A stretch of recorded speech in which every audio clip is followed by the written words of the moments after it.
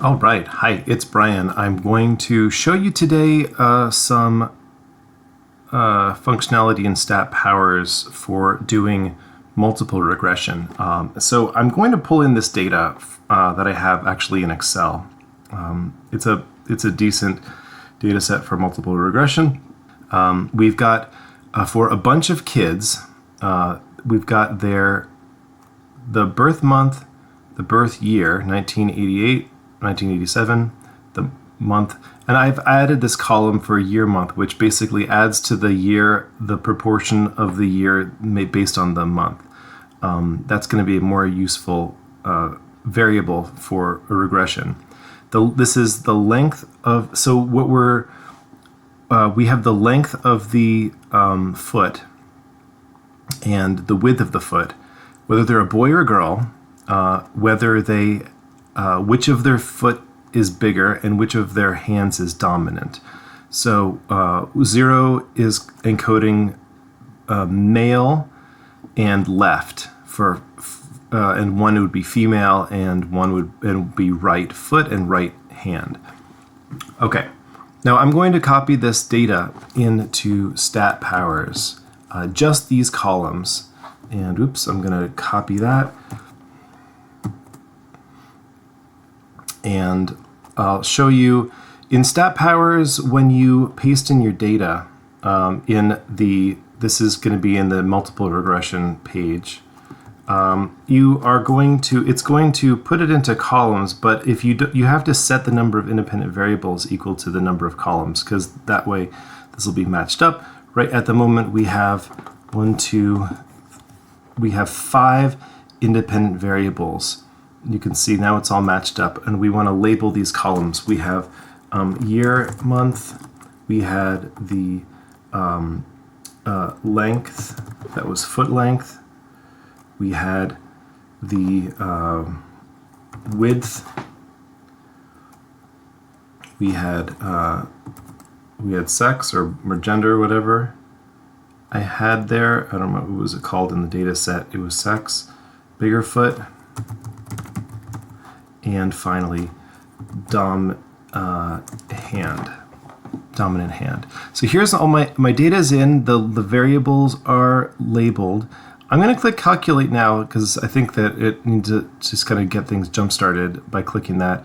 We have summary statistics for all of these variables, but it's not going to be, I mean, what you can tell from these things, like for the sex, you can see that calculates to be, the mean of that is what proportion are female.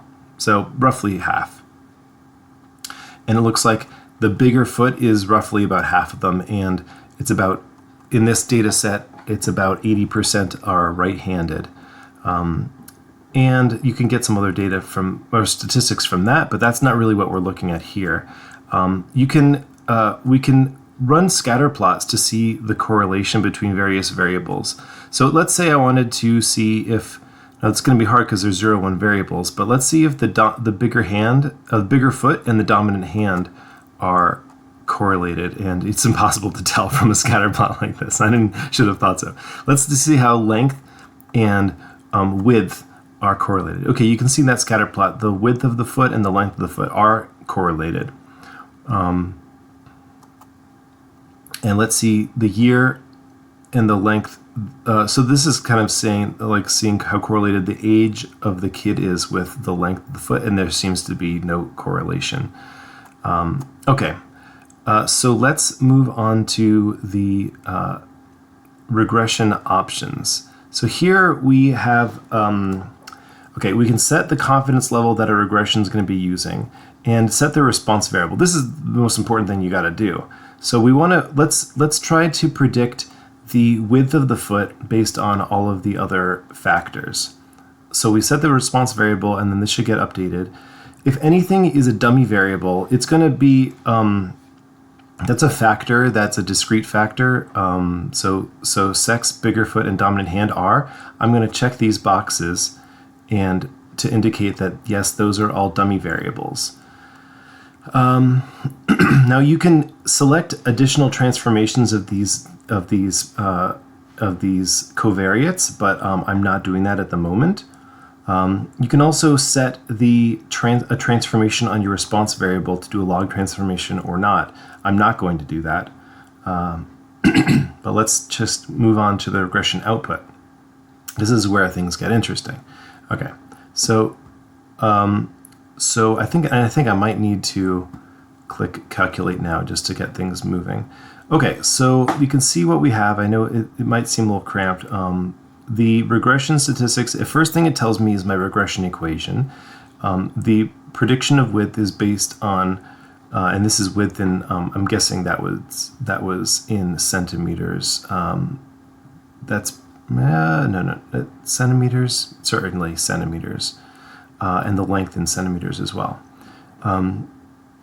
So it says that you have 4.82 plus this coefficient times the year month. Seems like it's almost like it's negatively correlated, but we can see if that's a significant predictor or not below. Length time 0.24 times the length of the foot, and then negative 0.232 times the sex, and then 0.241 times bigger foot. These D1s are referring to the dummy variable value. If it was 1, then you would add this coefficient to it. The multiple r is the square root of r squared, and the r squared is right here. So all of these predictors account for about 37.9% of the variability of the width in the kid's feet. So okay, so if we look down below, we've got the ANOVA, the standard error. Of course, the standard error is the standard standard deviation of the residuals. And in fact, if I wanted to take a look up here at the residual plot, a good residual plot would be if I look at the residuals. Look at the width residuals. It's like, or you can see that's not equally spaced. Year, month, some of these are. I think what I would really need to do, so you can see some of these, the residuals are nice. What I should have is the residuals and the horizontal variable being the predicted value of width. So anyway, just looking down here, we have the ANOVA output. So this tells us we do have a significant linear relationship between the variables, but we can go down below and see that we can look at the p-values. It looks like the year month is the least significant predictor of all of these. So if I was going to do backwards elimination, stepwise elimination of variables, I would probably take out the year month from here. And actually, so if you see, if I just unclick that checkbox, I'm going to, it's going to be removed from the equation, and it actually ends up giving me it looks like a better fit. Let's see. It looks like at this point there's the dominant hand and the bigger foot are also not really significant predictors. If I was going to reduce this model based on with a significance level of 0.05, I want to take away the dominant hand variable next. So let's do that. And actually now the bigger foot is actually also not a good significant predictor. So I'm going to take that away. And now it looks like even the sex of the kid is not a good predictor. So if I was to take that away, what we end up with is a simple linear regression where we have the length of the foot is the only significant predictor of the width of the foot from this data set. Anyway, so this is the